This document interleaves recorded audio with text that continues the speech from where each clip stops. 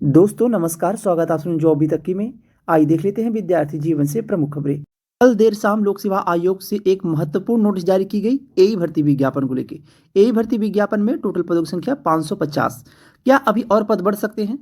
Last तक एई भर्ती विज्ञापन में यानी प्री परीक्षा का रिजल्ट आने से पहले एई भर्ती विज्ञापन में टोटल कितने पद हो सकते हैं और ट्रेड वाइज अगर देखा जाए तो पदों की संख्या क्या होगी, क्या कुछ बदलाव होकर विज्ञापन जारी होगा, वहीं एलटी ग्रेड शिक्षक भर्ती विज्ञापन कब देखने को मिलेगा और पदों की संख्या क्या होगी, साथ में बीओ पीसीसी का विज्ञापन, संपूर्ण जानकारी मिलेगी। उसके पहले अगर आप चैनल पर नए हो तो चैनल सब्सक्राइब कर लें और शेयर भी करिएगा ताकि आगामी भी आपको जानकारियाँ मिलती रहें, भर्ती विज्ञापन हो या परीक्षाओं की नोटिस हो। तो आइए बात करते हैं विस्तार से।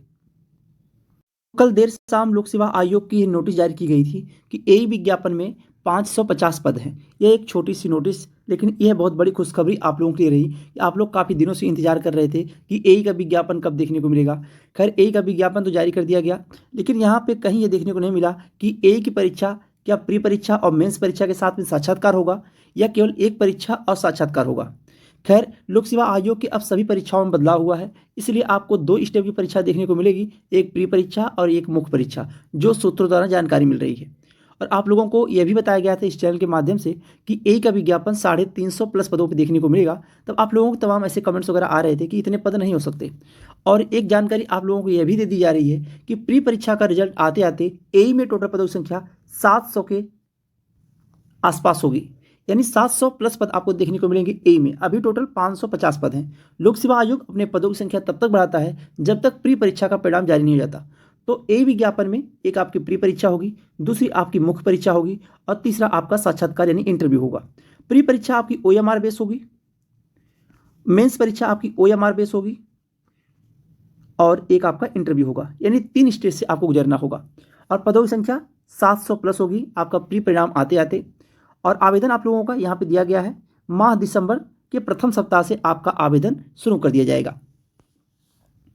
इस विज्ञापन में अगर देखा जाए तो जो ट्रेड वाइज अगर देखा जाए तो अभी ये जानकारी दी नहीं गई है कि किस किस ट्रेड में कितने पद हैं, लेकिन जो सिविल ट्रेड है उसमें पदों की संख्या आपको सबसे ज़्यादा देखने को मिलेगी। थोड़ा इंतजार कर लीजिए, दिसंबर माह के पहले सप्ताह में आपका नोटिफिकेशन जारी कर दिया जाएगा। उसके बाद अगर बात करें लोक सेवा आयोग की एलटी ग्रेड शिक्षक भर्ती विज्ञापन में, जो यह भी विज्ञापन तैयार है, 2 विज्ञापन लोक सेवा आयोग के तैयार थे, एक एई विज्ञापन, एक एलटी ग्रेड शिक्षक भर्ती विज्ञापन। एई विज्ञापन में जो विवाद था वो परीक्षा पाठ्यक्रम को लेकर था और एलटी ग्रेड विज्ञापन में जो विवाद था यह समकक्ष अर्हता का विवाद था। तो एई विज्ञापन के साथ साथ में अब एलटी ग्रेड का भी विज्ञापन आपको देखने को मिलेगा, जिसकी समकक्ष अर्हता का विवाद जो है वो समाप्त हो चुका है। एलटी ग्रेड और प्रवक्ता विज्ञापन ये विज्ञापन आप लोगों को 12,000 प्लस पदों पे देखने को मिलेगा और दिसंबर माह में आपको नोटिस देखने को मिल जाएगी और उसके 15 दिनों बाद आपका आवेदन शुरू हो जाएगा। उसके पहले अगर लोक सेवा आयोग के किसी भर्ती विज्ञापन की आप तैयारी कर रहे हैं तो आप लोगों को लोक सेवा आयोग का एक OTR करना होगा। OTR, one time registration. बिना OTR के आप आवेदन नहीं कर सकते, चाहे कोई भी विज्ञापन हो लोक सेवा आयोग का, चाहे एई का विज्ञापन हो, एलटी का विज्ञापन हो या फिर आपका पीसीएसजे हो या बीओ हो। किसी भी विज्ञापन के अगर इंतजार में आप हैं तो उसके पहले आप OTR कर लीजिए।